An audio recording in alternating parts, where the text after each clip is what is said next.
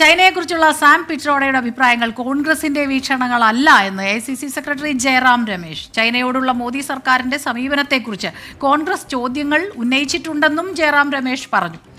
ബൽറാം നെടുങ്ങാടി ചേരുന്നുണ്ട് ഡൽഹിയിൽ നിന്ന് വിവരങ്ങളുമായി. ബൽറാം, എന്താണ് ഇപ്പോൾ ഇങ്ങനെ ഒരു പരാമർശത്തിന് കാരണം? സാം പിട്രോഡ അത്ര മോശക്കാരനല്ലല്ലോ. പലപ്പോഴും നമ്മുടെ മുന്നോട്ടുള്ള ഒരു കുതിപ്പിന് ബിസിനസ് ഓരോ കാര്യങ്ങളിലും പുള്ളി പറയുന്നതൊക്കെ നമ്മൾ കാതോർത്ത് കേൾക്കുന്നവരാണ്. എന്താണ് സംഭവിച്ചത്?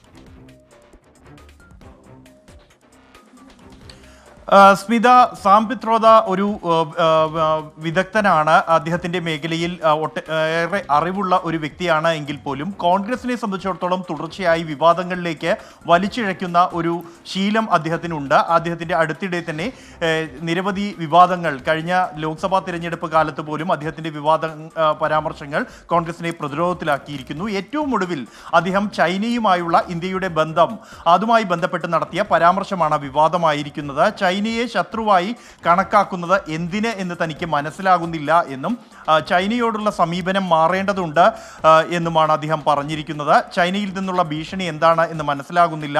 എല്ലാ രാജ്യങ്ങളും സഹകരിക്കേണ്ട സമയമാണ് ഇത് ഏറ്റുമുട്ടലിന്റെ സമയമല്ല എന്നതാണ് അദ്ദേഹത്തിന്റെ പരാമർശം.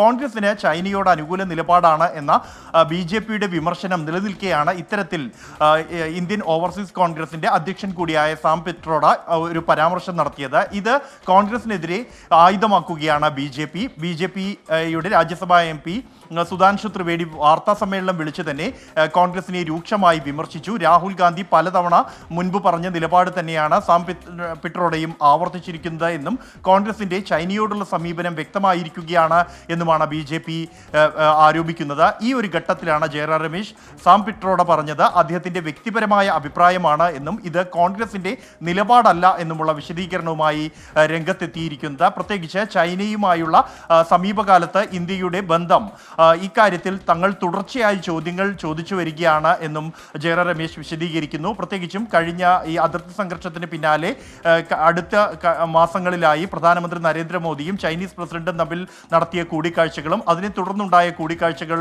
ഉൾപ്പെടെയുള്ള കാര്യങ്ങൾ സംബന്ധിച്ച് പാർലമെന്റിലും പുറത്തും കോൺഗ്രസ് ചില ചോദ്യങ്ങൾ ഉന്നയിച്ചിരുന്നു. ചൈനയോടുള്ള സമീപനം, ഒപ്പം തന്നെ ചൈനീസ് കടന്നുകയറ്റം എന്നിവ അടക്കമുള്ള കാര്യങ്ങളിൽ സഭയ്ക്കകത്ത് തന്നെ കോൺഗ്രസ് ചോദ്യങ്ങൾ സർക്കാരിനോട് ഉന്നയിച്ചിട്ടുണ്ട്. ഈ ഒരു സാഹചര്യം നിലനിൽക്കെ, സർക്കാരിനെ പ്രതിരോധത്തിലാക്കി എന്ന ഒരു സാഹചര്യം നിലനിൽക്കെയാണ് സാം പിട്രോഡ ചൈനയ്ക്ക് അനുകൂലമായ തരത്തിൽ ഒരു പരാമർശം നടത്തി പാർട്ടിയെ വീണ്ടും പ്രതിരോധത്തിലാക്കിയിരിക്കുന്നത് എന്നാണ് കോൺഗ്രസ് നേതൃത്വത്തിന്റെ വിലയിരുത്തൽ.